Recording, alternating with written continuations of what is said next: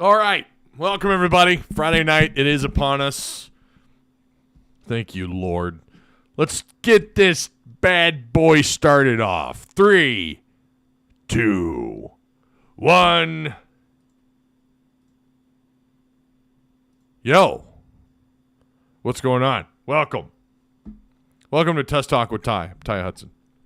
On a not bad Friday evening. Did you guys like that temperature this morning? God, I loved it. Oh my gosh, I loved it. Like 56 degrees, I think, when I woke up. I knew something was going on when my AC wasn't still running. I got up like at 6:30 to use the facilities. And I realized, wait a minute, my AC's not running. It must have gotten a little nippy this morning, and it sure did. Mid-50s. I loved it, man. I loved it. Lot to talk about. First off, shout out to Patreon supporters. You guys, look at you. Oh, my goodness. You guys, hopefully, if you have, well, so far, more than half of you should have already gotten your stickers, or they're at least, the Tuss Talk with Ty stickers are on their way to you. I mailed, I got Alex today. Alex got his. He's gonna his name will be added back to the Patreon list next month. So he got his stickers coming, and there was one other person. I don't remember who it was. We added 2 more today. So I think we've sent out like 25 total stickers so far. So there's still a few of you who have yet to claim the stickers, who've yet to send me or forward me a name and an address, a shipping address for me to send those stickers out.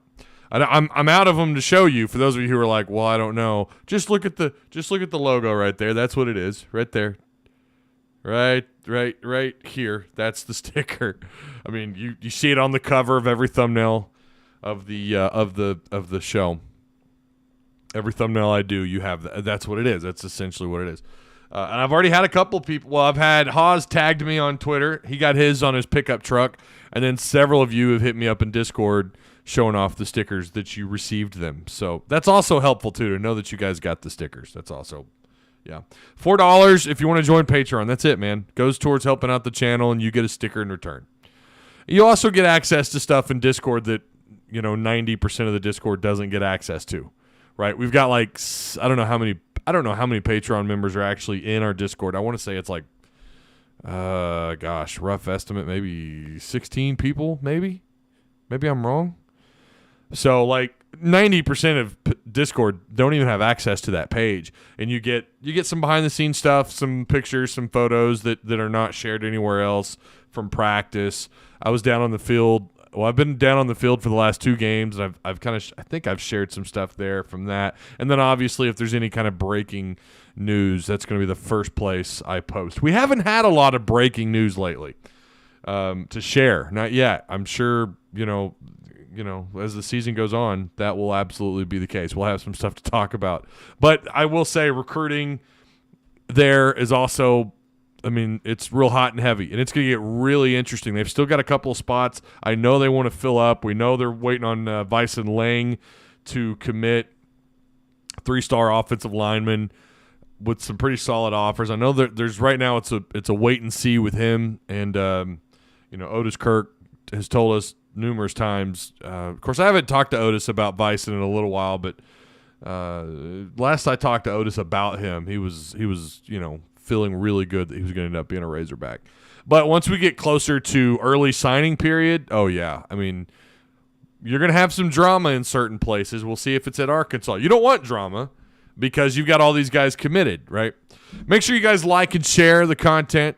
The more likes you get on the channel, right, the more likely you're going to have that notification bell actually send you a notification when I go live. I don't know how many times over the years I've done these live shows and people are like, I'm not getting notifications. And the only thing I could say is you got to hit the notification bell and you have to interact with the channel. If you want a cheat code, that's from what I can tell. I know that's my experience with the channels that I'm subscribed to. The more I like their videos and I interact, whether it's comments or questions or whatever, YouTube picks up on that, and they believe that you have a big interest in that channel, so they're more likely, for whatever reason, to shoot you that notification. So just something to keep in mind. If you have any questions or comments, shoot them my way, and I'll do my best to answer them. We are going to talk about Texas A&M. And we're going to talk about Drew Sanders, who's gotten some love. I don't know if you guys have caught on to this yet about what's going on with Drew Sanders. But let me read chat first here really quick. Oh, yeah. Before we go any further, also, shout out to our sponsor, Apex Tattoo Studio. They're located at 615 West Oak Street, Rogers, 72756. Give them a call. Get set up to get inked up. 479-278-2694. Again, that's 479-278-2694. For anyone who's in the Rogers, Bentonville, Lowell, hell, I mean, Rogers isn't far from Fayetteville. It's just, it's right up I-49. Set up an appointment. Maybe you want a cool, kick-ass Razorback tattoo or something. I don't know. Maybe you want the Tuss Talk with Ty tat. I'm just saying. Maybe it's something you want to do. I got to say, if someone did that, that would be phenomenal. That would be great. I've thought about it. I have. But because I changed my name already once, it's like, well, what happens if I have to change my name again? But I don't think that's going to happen. But yeah, 615 West Oak Street, Rogers, Arkansas. If you're curious. Apex Tattoo Studio. APEX Tattoo Studio. Yeah, all right. What's up? What's up, Ty? Oh, God. So this is fascinating. Kyle Spicer, who I believe probably already a burner account. I talk about him a lot because now this guy, SS Benden, every time I go live, he's got something to say about him and Kyle Spicer. I think that is actually Kyle Spicer. I think Kyle Spicer, like, we have to have this debate. Kyle Spicer, the odds are that's someone's burner account. Well, now he's created a burner for his burner account because the other accounts have been either locked out or something. So he's giving me these weird, empty, these threats, like, can't wait to see your pretty face. Like, first off, second off, it's just weird. It's weird. It's like, it's borderline a little stocky, a little stockish, right? But yeah, I'm sure that SS Benden is Kyle's burner. I mean, for real, it's weird, bro. Give it up. We're wearing all white tomorrow, Ty. So I mean, I don't know why people are surprised by that. That was their road look last year. Was the all whites with red helmet? Are they wearing a white helmet tomorrow? Is that what is that what's going on? Are they going to wear the white helmets? Because I saw where the equipment team posted a picture of their truck leaving. Let me look them up. Did they announce the? They announced the official. I'm not seeing it. I just see that sexy truck. That's really sexy. God, that truck is nice, man. That big rig is nice. Yeah, I don't know. People are. I don't know. We'll see. I mean, the all whites is what they wore last year with the red helmet.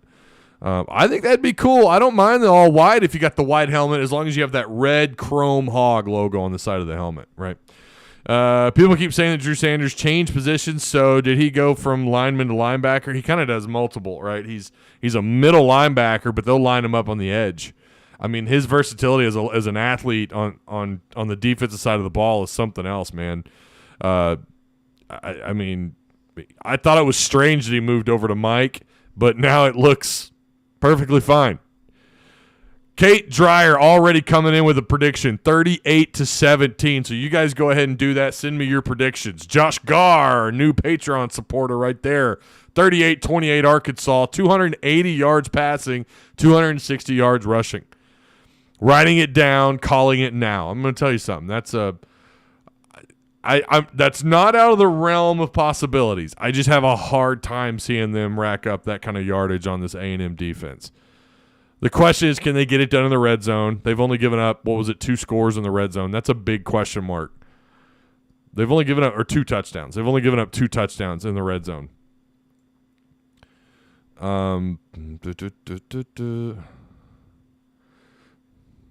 Yeah, people keep telling me to ignore it, but you don't understand. I'm having fun with it at the same time. It's fun to me. It's fun to me, which is, I enjoy it, really. Would really like to know who's responsible for these ridiculous schedules. Yeah, we talked about that last time we went live. Michael Thomas says, how in the hell is Arkansas a 2-point underdog? I understand the issues with the defense, but A&M has improved. They have an offense. I think you're probably using the speech to text. And listen, it doesn't pick up on my accent either. So, yeah, their offense has been atrocious, Michael. It has been awful. Really, it's just been really bad. They didn't look good against Miami, and I'm not really that sold on Miami. I didn't catch the entire game, if I'm being completely honest. I caught some of it. I've caught a little bit of every game they've played. I watched the way the App State game unfolded for them. They want a white helmet. I would dig that. I don't have a problem with the white. One game a year where you wear an alternate jersey, I don't know why people have a problem with that. I don't understand it. Like, why do people have a problem with one game where you wear an alternate look, and why not this game? Why not? Especially with two ranked SEC opponents, a lot to discuss with this game from a national standpoint. When you talk about the relevancy of these two programs, Arkansas is trying to build something here, or moving forward through the season. If you want to be in the playoff discussion, obviously it starts here. This is where it really starts. This is where people, including me, including yours truly here, I said Arkansas, I didn't like their chances in this game. Not because I thought A&M was that much better of a team. I think I said it would be a low-scoring, close game. And I do think it'll be a close-ish game for a while, and then we'll discuss that in a second. Yeah, you guys are confirming white helmets. Where's this coming from? I mean, is this just someone flapping their gums on Twitter, or is this legit? You guys need to tag me in this stuff on Twitter. If you're seeing it on Twitter, tag me, because I'm not seeing it. I love that look, though, like I said. Well, there's a weird Kermit the Frog. What is that all about? Alien Kermit the Frog. That's a little weird. Check that out. Look at your screen. Look at that. There's your nightmare fuel right there. That's a little weird. That's bizarre. Yeah, I don't know. I'm not saying it's not happening. I'm just saying I don't see it anywhere. Since they've been talking about the jersey or the uniform, I've been looking on Twitter and I haven't seen anything. Yeah, I don't know. I hope they do.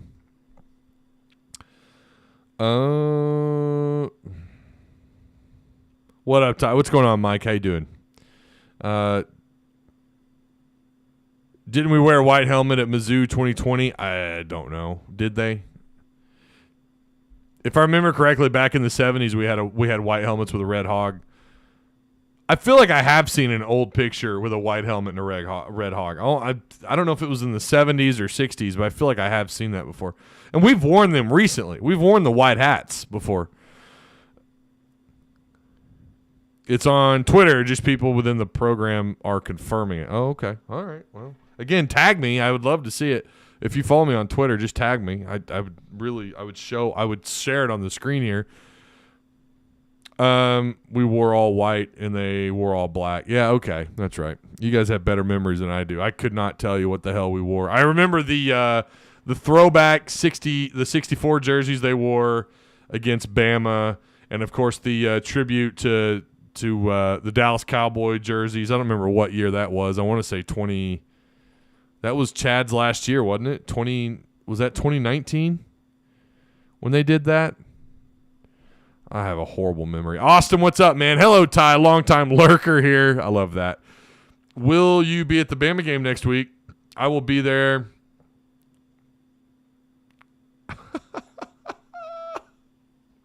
This man has gone and made multiple burners. Look at this.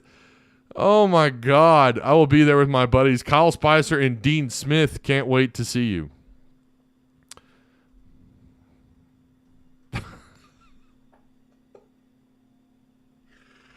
Oh, man, that's too funny.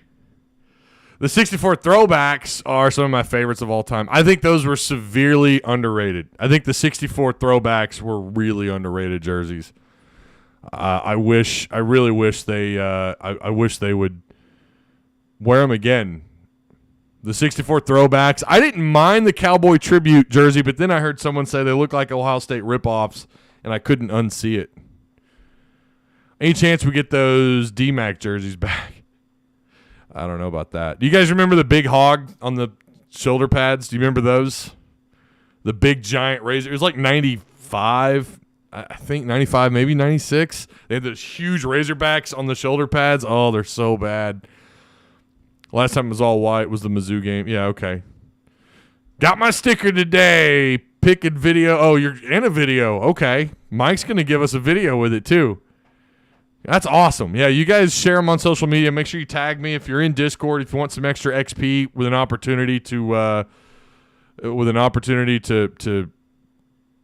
place in the final top 3. Which remember, that's playing for cash money. That's it's going to be digital money. But if you want an opportunity to be in that race, you're going to get some more XP if you share on social media and then you share that in our Discord that you shared it on social media. Just simplifies it, and it's also not everyone has the same Discord name as their Twitter name, so it makes it easier. Mesh practice jerseys with hog on the shoulder. Man. Oh. Drew Sanders, I don't know if you guys caught this or not. Drew Sanders made Mel Kiper's big board. He made Mel Kiper's big board. Top 15 pick right now, according to Mel Kiper. I have the link. I can't find it. Where are you, link? Here we go. Interestingly enough, he has Will Anderson. Okay, I get that. Will Anderson from Bama. That dude I have a hard time not seeing him as a top 3 pick. CJ Stroud at pick number 2. Jalen Carter, defensive tackle at Georgia, pick number 3. He does have, once again, another analyst really high on Will Levis. I do not understand this. The Kentucky quarterback, I like saying Levis. I like saying it like that, Will Levis. I recently went through all of Levis's throws in 16 starts at Kentucky, and I was extremely impressed. He had a rocket launcher of an arm. The Penn State transfer makes some quote-unquote wow throws that has gotten him into trouble at times. He has 4 picks in three games this season. I think my neighbor's mowing his lawn. Sorry if you're picking that up. But it's clear watching him, he believes he can fit the ball into any window. His comp is Matthew Stafford. Levis plays in a pro-style offense at Kentucky, and he's – I don't know if you're wearing headphones, I'm sure you can hear that. A little distracting. Hang on. My bad. He's making the claim he's not going to need much time to adjust into the NFL. He doesn't have a great supporting cast of playmakers around him, but he makes it work. He can maneuver the pocket, blah, blah, blah, blah. We continue to see people pick him high, and I just don't understand it. Like, I'll be honest, he's watched 20 times more film on this guy than any of us. And, he gets paid for takes like this, right? I don't know. I mean, is Kentucky, are the guys around him that bad? Because if he's so great, then, I mean, I'm not saying his numbers are bad, but it's not like the guy's jumping off the paper.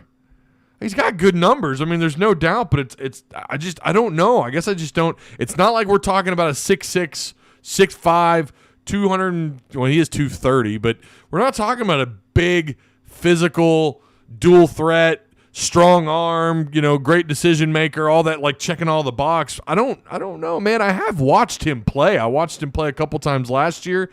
I have only seen part of a game this year. I mean, yeah, he's a good quarterback. He can make a lot of the throws. I don't know, man. I mean, putting him up there with CJ Stroud is saying something. And he's got him ahead of Bryce Young, who's got it 6th. Bijan Robinson, Texas running back. Arkansas fans know all too well because they flattened him. Well, the guys on the field flattened him. Let's see. Let's keep going down here. And then you get all the way down to Drew Sanders, number 14. He has Drew Sanders at 14th. That is pretty significant. To have a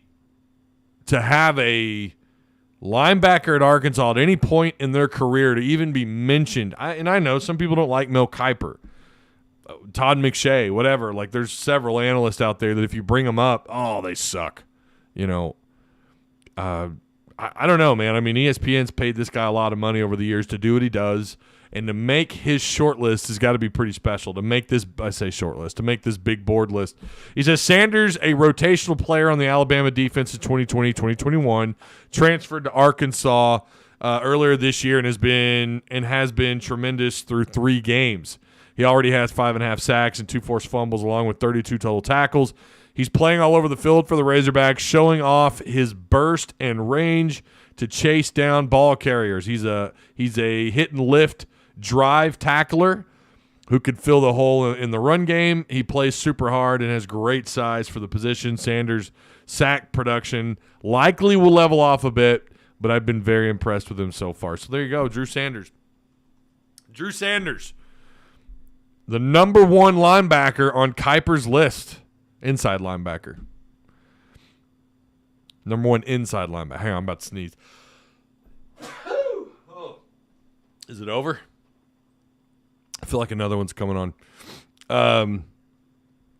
I do feel like if Jalen Catalon were healthy, he would make this list, even though Kiper's kind of come off as pretty anti-hog over the years. Didn't he leave Treylon Burks out of his first round like all offseason? Or all during last season? I feel like he did. I feel like we were all having this conversation like, yeah, he's leaving Burks off. And he also, if I remember right, he also didn't believe that he would be taken in the first round. Please correct me if I'm wrong. I will always say that. He has C.J. Stroud, Will Levis, Bryce Young, Anthony Richardson from Florida, and Tyler Van Dyke from Miami in his top 5. Jaron Hall, a quarterback Arkansas will be playing here really soon, is number 7. And I already mentioned Bryce Young, another quarterback Arkansas will be facing. And then Hendon Hooker at number 8. A lot of people high on Hendon Hooker. I could see him being in the top 8, sure, as far as quarterbacks taken. And then your other possible picks on his list. Hang on, I had it here. We know, of course, Ricky Stromberg is on his list. He's got him at 7th overall as the number 7 center behind, some of these names I can't even pronounce. Olaskun Alawatimi. Am I saying that right? From Michigan. Steve Avila from TCU. Joe Tippmann at Wisconsin. Luke Weipler from Ohio State. And then Ricky's number 7. John Michael Schmitz is the number 1 center in college football, according to Mel Kiper from Minnesota. I feel like Stromberg will probably climb up his list, maybe. Kiper does have a reputation as someone who rarely tips in the favor for Arkansas prospects. But to be fair, how many first-round prospects have they had over the last decade, right? Not very many. So, I understand it. I get it. Arkansas football's not been it's not been the greatest for a little while. He does also have Jalen Catalon on his list of top 10 safeties. He's got him at 10th. Behind Brian Branch and Jordan Battle, a couple of Alabama players. Good Lord. A&M's got a couple of guys on this list. Antonio Johnson, that's not shocking, is number 1 from A&M, and then Damani Richardson. Yeah, A&M secondaries, you look at why they're so good, you look at their safeties. Without a doubt, their safeties have been outstanding. So there you go. Drew Sanders. Cannot remember the last time any Razorback has made Mel Kiper's top 15. I don't know. I'm glad we got Drew Sanders. We got lucky landing him out the portal. Well, you could say lucky, or you could just say they did a great job of reaching out, analyzing him, making sure he would be a good fit, and sure enough, he was a good fit. He's a great fit. You have to give credit to this staff. Michael Schur, the linebacker coach, Barry Odom. I mean, you got to give credit. I don't think it's luck. No, not at all. I think he knew this would be a great fit. We talked about this all offseason too, did we not? We all talked about it. I talked about it. Hogville guys talked about it. The kind of output that linebackers get with Odom in this defense, and what we've seen over the last 2 years, is it feels like the defense rotates around the linebacker play. Their production on the field, it just felt like the most obvious thing in the world to say, because it was. It was a great fit. So the staff did a fantastic job of going out, evaluating him. And, of course, he's a 5-star. You can make the argument, his size and everything. And of course, he was a starter at Bama. Of course, he would work here. I get that. But that's not always the case, and Pittman will tell you that. Just because they're a 5-star and they've got all these accolades out of high school, that doesn't mean they're going to be a great fit. Sometimes you got to look at their off-the-field attitude and just kind of how they are as a teammate, and then are they a good fit for the system that's on the field? And it's been just fantastic. Drew Sanders, Otis seems to think that he's pretty high. Otis Kirk is really high on Jordan Crook. He said he felt like he had the highest ceiling of that bunch. I have a feeling Otis might change his mind. I don't know. But I get it. He and I watched. We were both impressed with Crook, but Sanders stood out to me all fall camp. He just has it in between the ears. High IQ, speed, burst, physicality. He's not afraid of contact at all. Your typical linebacker approach to all things in life. You question it. No, you just tackle it. That's what you do. That's what he is. He's a heat-seeking missile, and he's smart about it. He can blow up plays. If there's a gap open, he's gonna light it up. If there's someone running through that gap with the ball in their hands, it's over. He's gonna spear them. He's physical. He just checks all the boxes, man. And he could rush off the edge. He could be he really might very well be a first-round draft pick. What's up, John? How you doing, man? Tie on paper. Does Texas A&M have any kind of answer for the pass rush of Sanders? Sanders, Dominic, Zach Williams. They've got a lot they're going to have to deal with. That's a good question. That's a real good question. He popped at the red-white game. Yeah, I mean, you weren't getting by him. No one's getting by him. I don't think I've seen him miss a single tackle.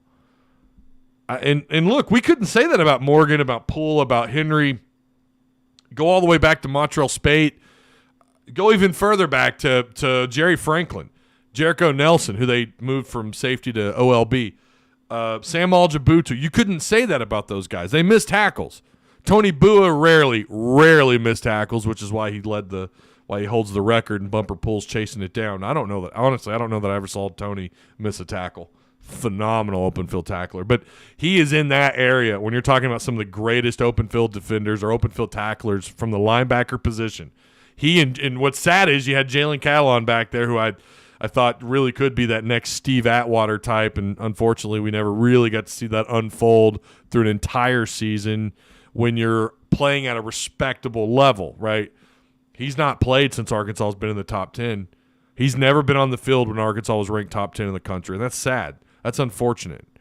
I couldn't imagine what this defense would be like with him and Slusher and Catalon all healthy up until this point. I mean, obviously Sanders is fine, but with Slusher supposed to be back this week and Jalen Catalon, I couldn't imagine, man. I definitely don't think we'd be having all the issues that they're having on the back end of the defense. That comes from a communication standpoint from Catalon. They're missing that on defense, absolutely. He also hits violently. He does, yeah. We saw that last week. A&M offensive line will have their hands full with our front seven. Yeah, it's going to be fascinating to see how they match up. They don't do a very good job protecting their quarterback. It's not like they've given up an ass ton of sacks, but there's going to be some pressure. And, if you watch, they don't blitz a lot. Now, that could change this weekend, but they don't blitz a lot unless they're bringing Sanders off the edge, right? I mean, they really don't. It's 3 or 4. Sometimes you'll get that fifth guy. Sometimes they'll blitz someone. They'll blitz someone out of the secondary or something, or they'll spring somebody else loose from the defense to go after the quarterback. But it's really not like an all-out blitz. they're just doing a great job, and I think a lot of it, obviously a lot of it, I think, no, we know a lot of it's coming from Drew Sanders.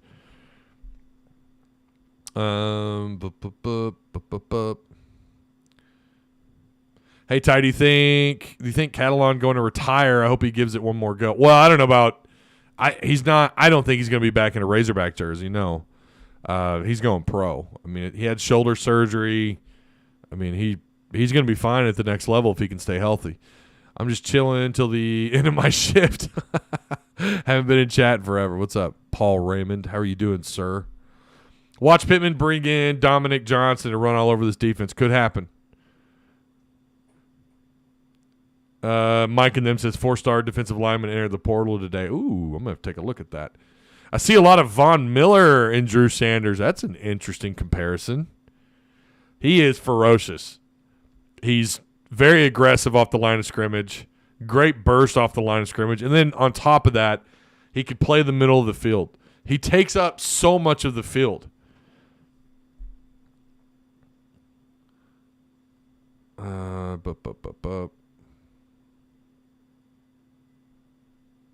Levi got hurt too, though. I mean, true, right. I'm just saying based on what I've seen, I don't know that I'm just surprised to see him be that high up. A lot of people do not put him even in the top 6 when they're talking about like ranking quarterbacks as they've done throughout preseason and during the season. He doesn't make anybody's short list. It's always the same guys, right? It's Bryce Young, it's KJ, it's Hooker, it's Stetson, it's, maybe at one point during the offseason they'd put Spencer Rattler in there. You didn't really see Will in that mix too much outside of maybe a couple of other analysts. And now you have Mel Kiper, who's putting him as the best quarterback in the SEC. I guess, look, you can make the argument. Imagine if he had better talent around him. You could say the same thing about when Matt Jones was here. And I don't mean that as Matt Jones being a great quarterback. I just mean like what they could do on the field as a more complete unit.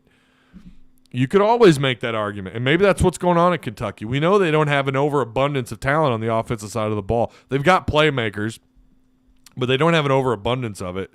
And I always thought that was something that held Matt Jones back. Matt Jones was not an NFL quarterback, not in any multiverse is that dude a quarterback at the next level. He was always a wide receiver. I can remember the rhetoric, reading the paper when I was in like 9th, 10th grade when he was being recruited. The talk was he's going to play wide receiver in college, but he wanted to play quarterback. I mean, obviously that would be a great conversation to have with him. A&M fan, super excited for the game. What's up, Asian Persuasion? What's going on? Welcome. You guys be civil, all right? Nothing wrong with – we like, when people come in and they're respectful, right?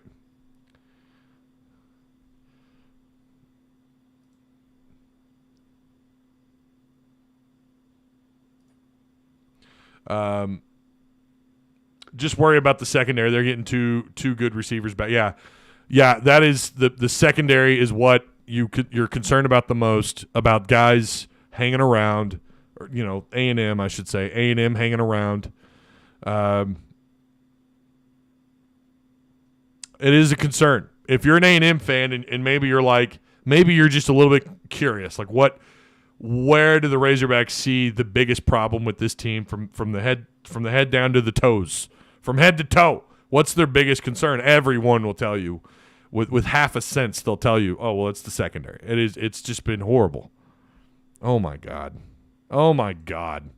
No, we don't need porn. Thank you. Haas, are you still in here? Where's Haas? You guys go tag him on Discord. Ty's getting some spam. Having Rocket in a solid traditional quote unquote run game really helps KJ's health. KJ's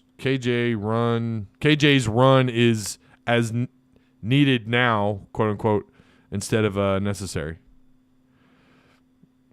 All these bots, I know. My bad, I'm driving. Well, you know what? Do two things at once. I'm kidding. Don't do that. You're good, man.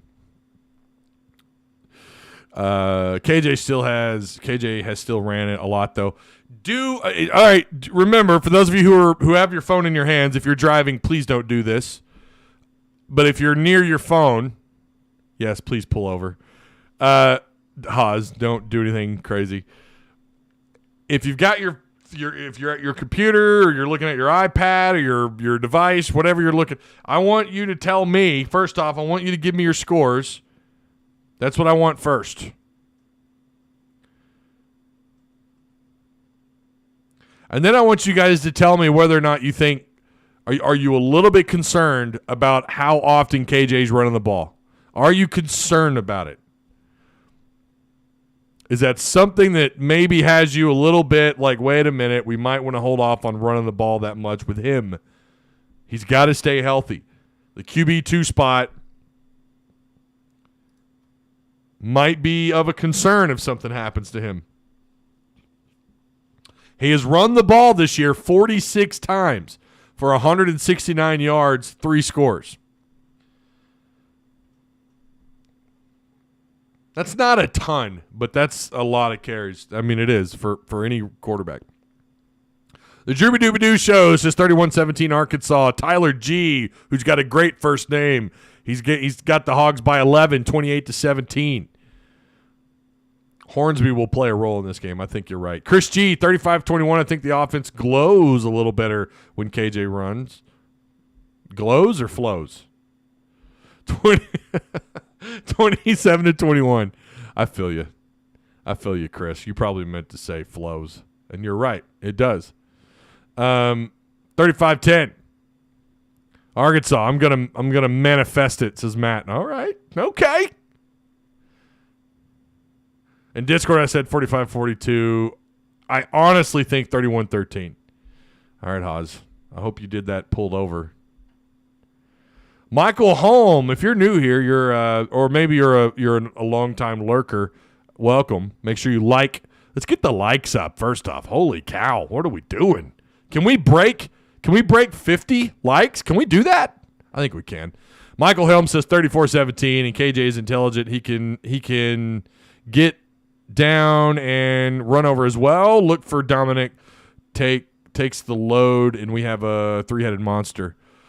Getting Dominic Johnson back in this game would be an absolute nightmare for maybe he doesn't come out and flash against A&M. Maybe it takes him a little bit. Maybe he needs to get to like 15, 16 carries before he really starts to find his groove. Or does he come out and it's just like he's got fresh legs, he's good to go, the anxiety isn't there. It's just it's the want to give me that damn ball and run it down their throats. Adrian Pena says 28-21 Hogs. We got some close scores here. Hoyt Allen, 27-17. Rocket gets 100 yards. KJ gets 70. I'm assuming you mean KJ on the ground gets 70.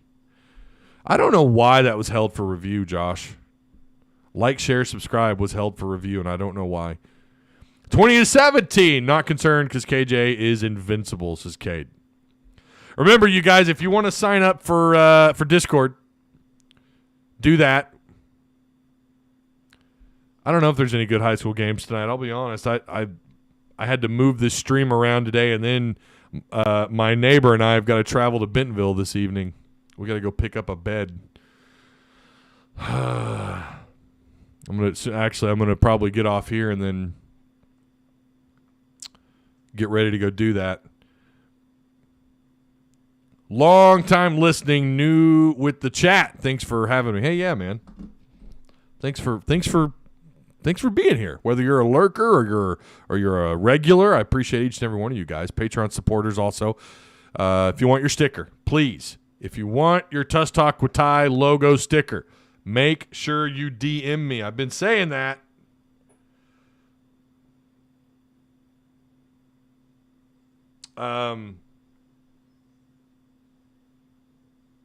Yeah. Been saying that, and I only had 2 more messages after I said that during our last show. So if and there's still several of you who have not DM'd about your stickers yet. So if you want them, make sure you hit me up. Shout out to the new guys. Join the Discord. Really missing out if you're not there. That's right. Yeah, again, if you are a Patreon supporter and you're in our Discord, make sure you link your Patreon to your or link your Discord to your Patreon. It's real easy. And you get access to that super secret channel.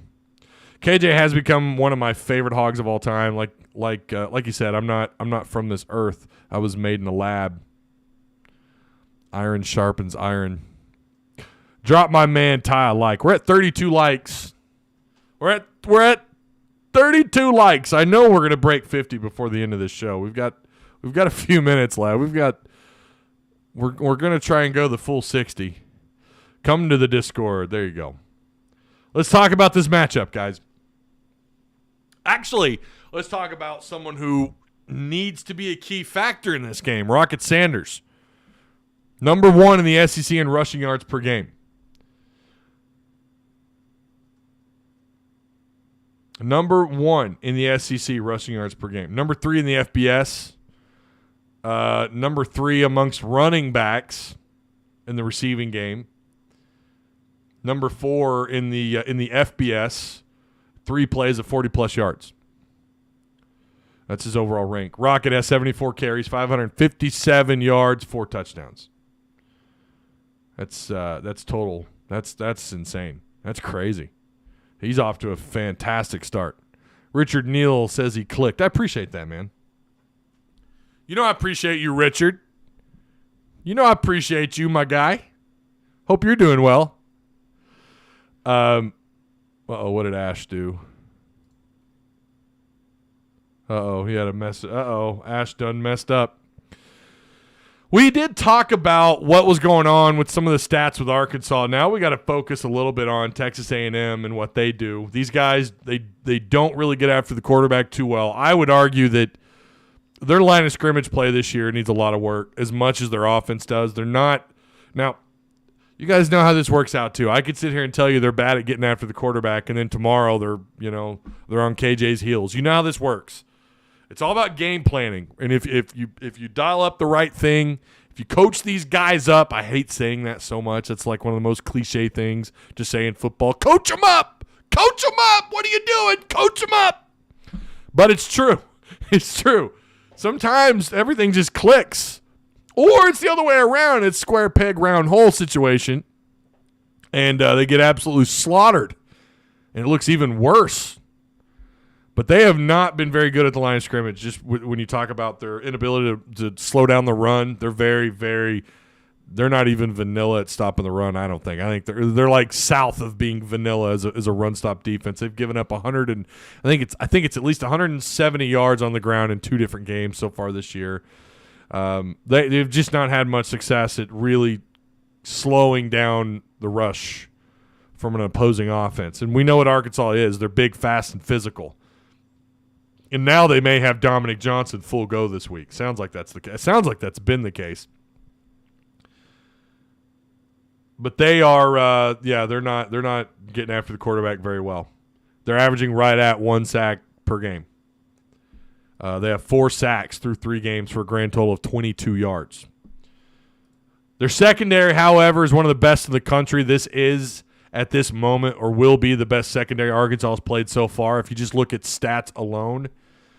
Now, I would argue they've not really played anybody that throws the ball really effectively, but they have NFL. They've got some studs in that secondary. We just talked about their 2 safeties, guys that can rotate, plenty of experience, plenty of talent, all that. I mean, it's A&M. You're going to hear the same thing every year about these guys. They've got playmakers on the defensive side of the ball.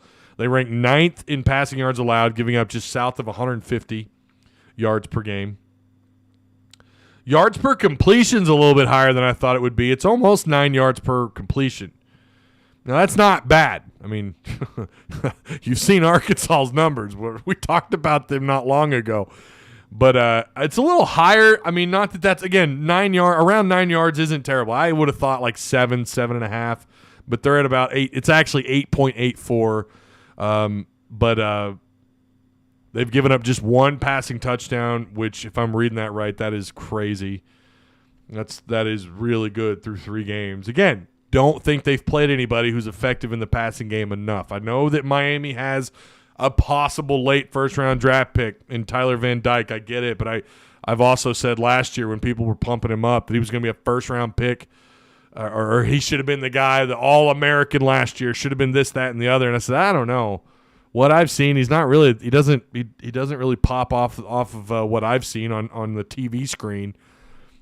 And I don't know that I don't know. We'll see. It's a long year. We got plenty of games ahead of us. Maybe he'll prove me wrong against that stout ACC, against those stout ACC defenses. But their run defense, like I said, it's not been good. They're 83rd in the country.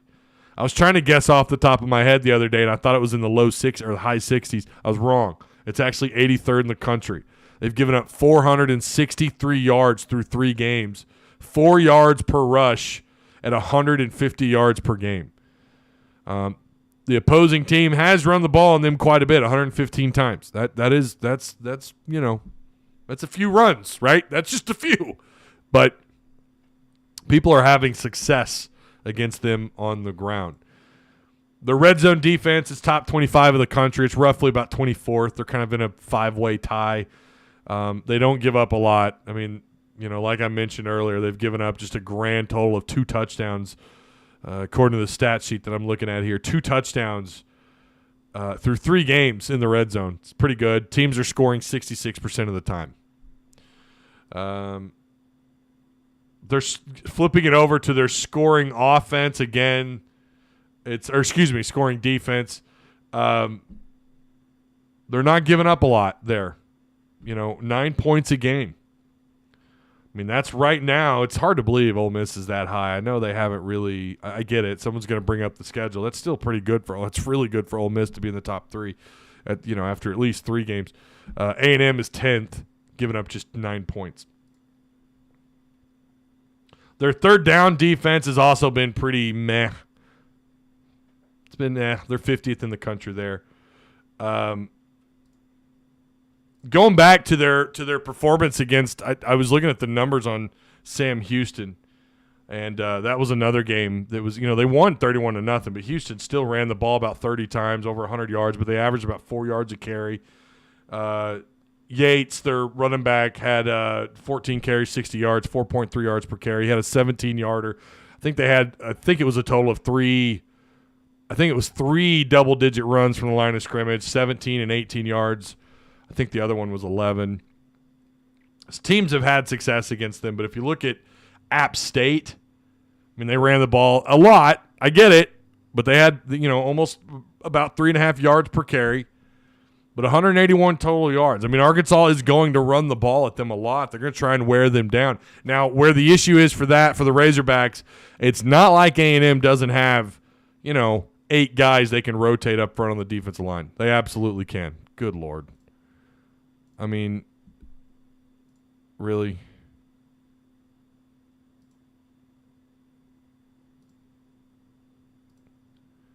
I'm gonna have to get another mod.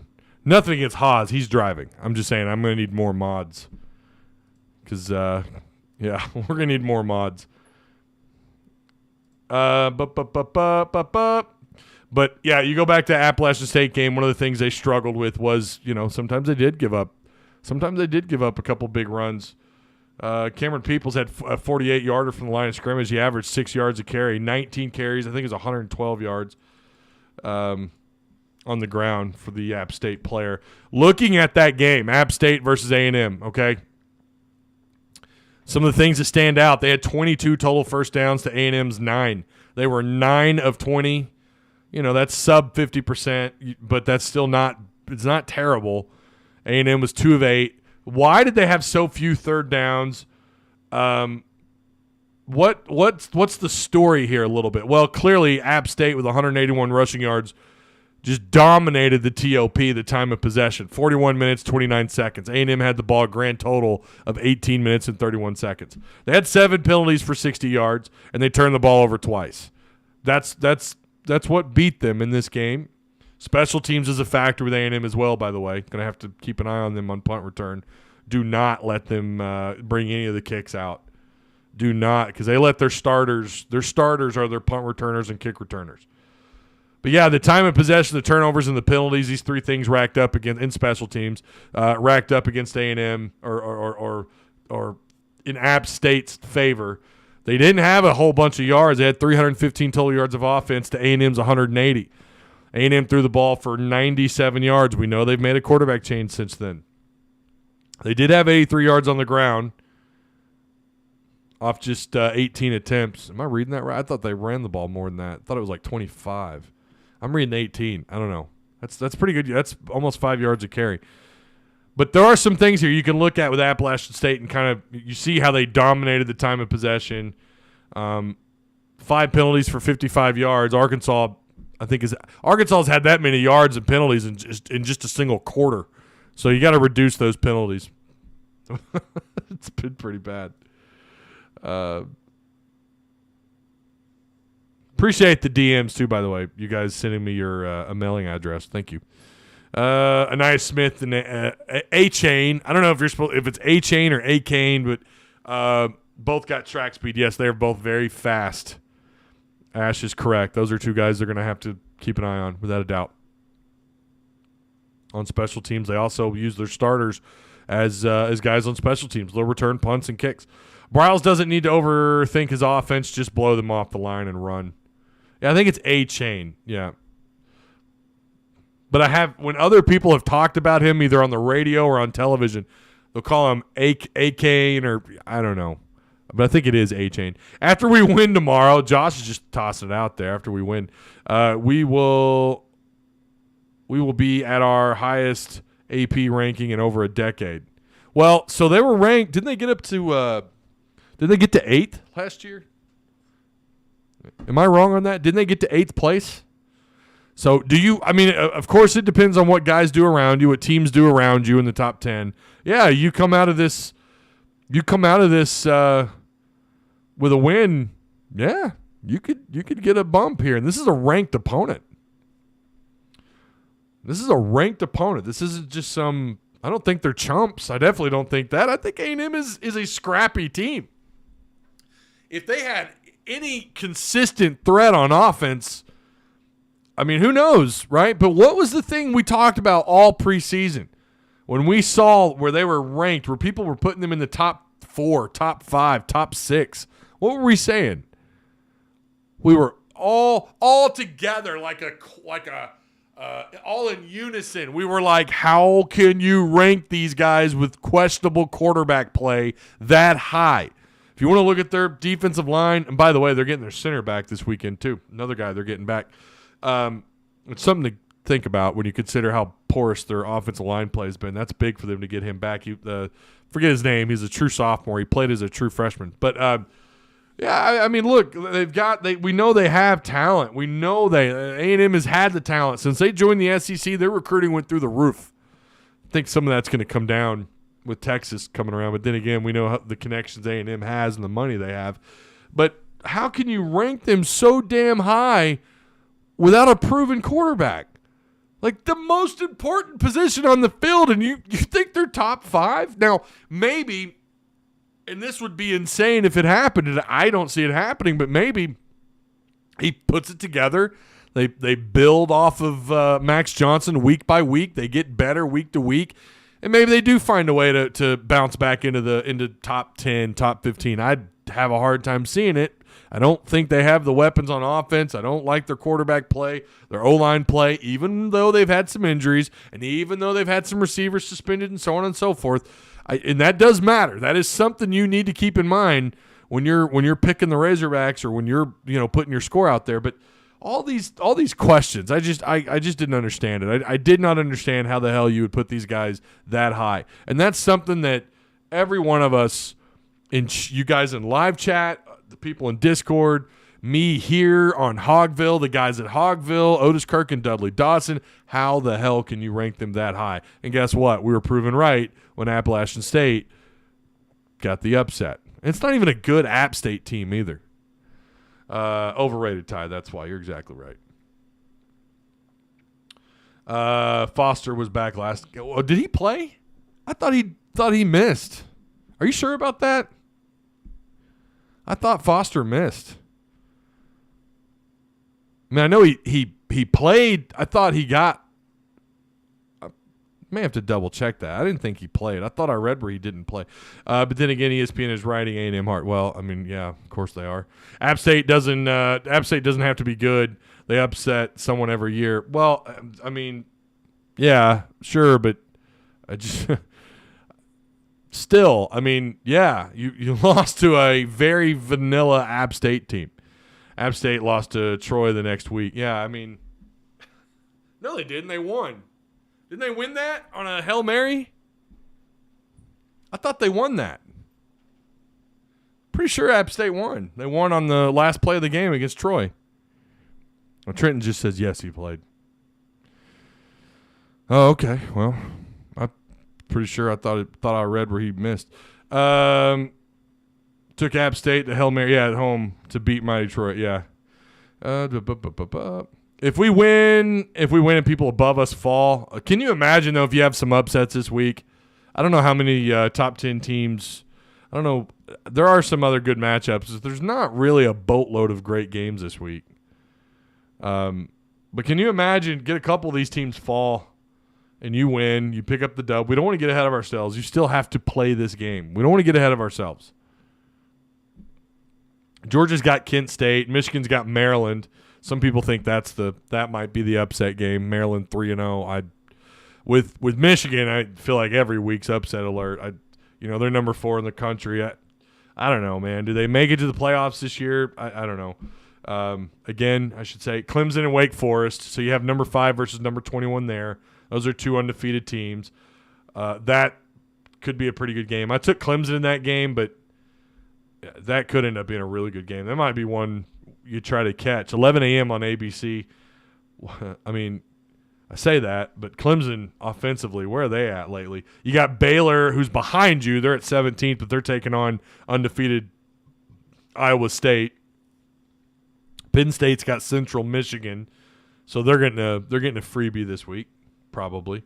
And then what else you got? You got Florida and Tennessee, so that's one obviously you're going to want to keep an eye on. I've got Tennessee winning this game.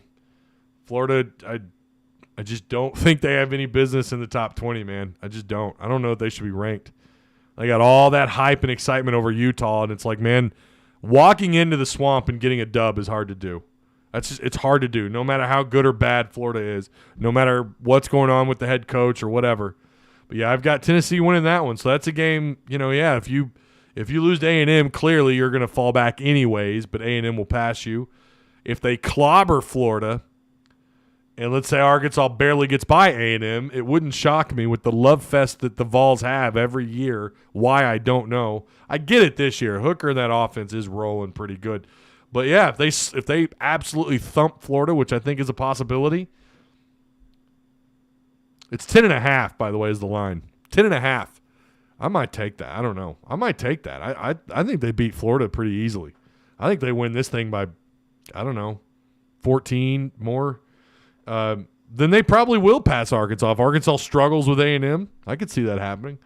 Come on. We're Arkansas, right?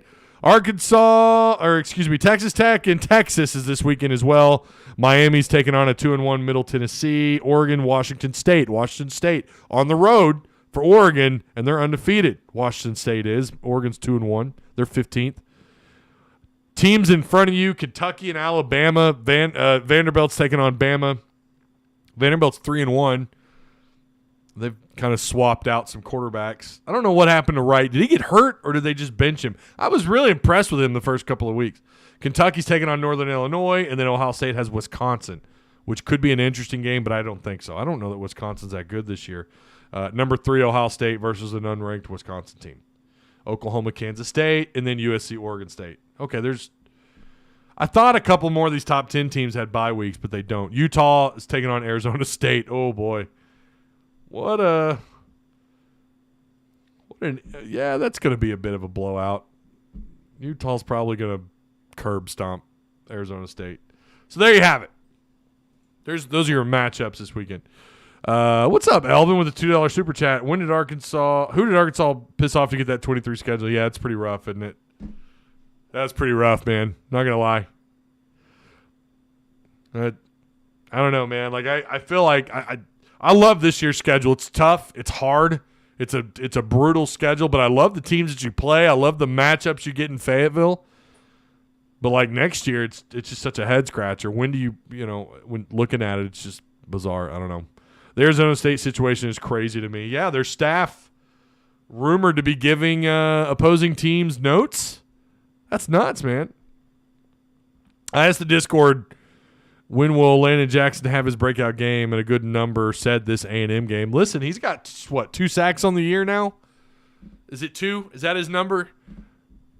Wouldn't it be great? Perfect timing.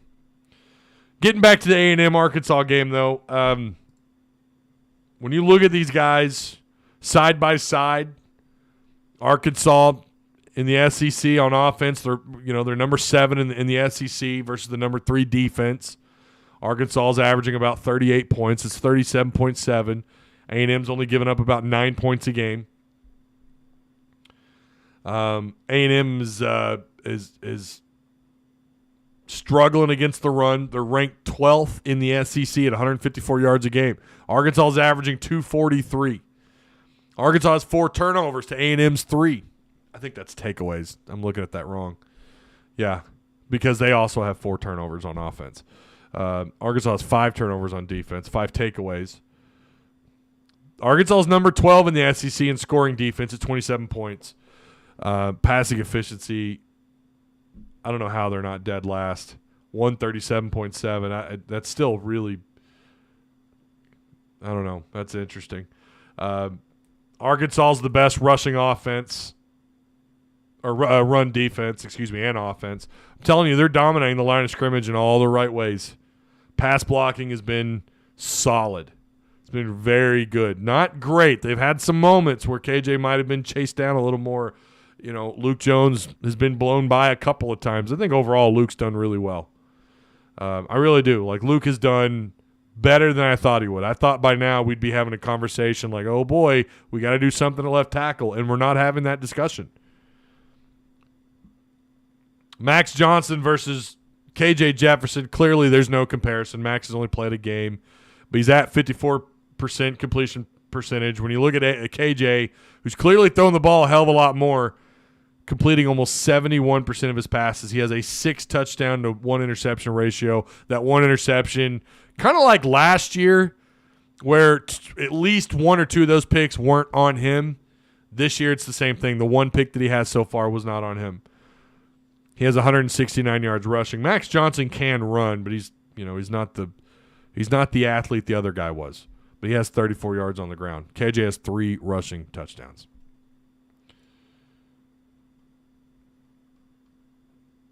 I read your picks. I got them. I think they're good. I think there's some really good picks. I don't think any of them were – I don't think any picks were outrageous that I saw. I mean, I may have missed one. Do you think we – let's see. Do you think – hang on, Sean. Do you think we win the next 2 Saturdays? We'll get to the top 2. So, okay. Do you think if – okay. It's funny what one letter can do to an entire sentence. Do you think if we win the next 2 Saturdays, we'll get into the top 2? A lot of it depends on, again, what everyone does around you. It's hard to predict. If those teams around you keep winning and they win big against decent opponents, it's going to be tough. I don't know. I'm not sure. I think Arkansas certainly should be in that conversation as being the second best team in the country, considering at that point in time who you've played, considering the strength of schedule. Although the adjusted strength of schedule, I told you guys, it would slide down. And I don't know if I haven't seen it yet or not. Someone posted in our Discord the strength of schedule a couple of days ago, and it was slid down quite a bit. But also, perception is reality. Cincinnati's still a good football team. South Carolina, they're going bowling. I think they're going to end up probably 7-5, maybe a big maybe 8-4. A&M is probably still a 9-3, 8-4, probably 8-4. And then if you beat Bama, I mean, my God, I think you're absolutely in the conversation. I think you're absolutely in the conversation to be the second best team in the country. I don't know why not. I mean, name a team at that point who's played a harder schedule up until that point.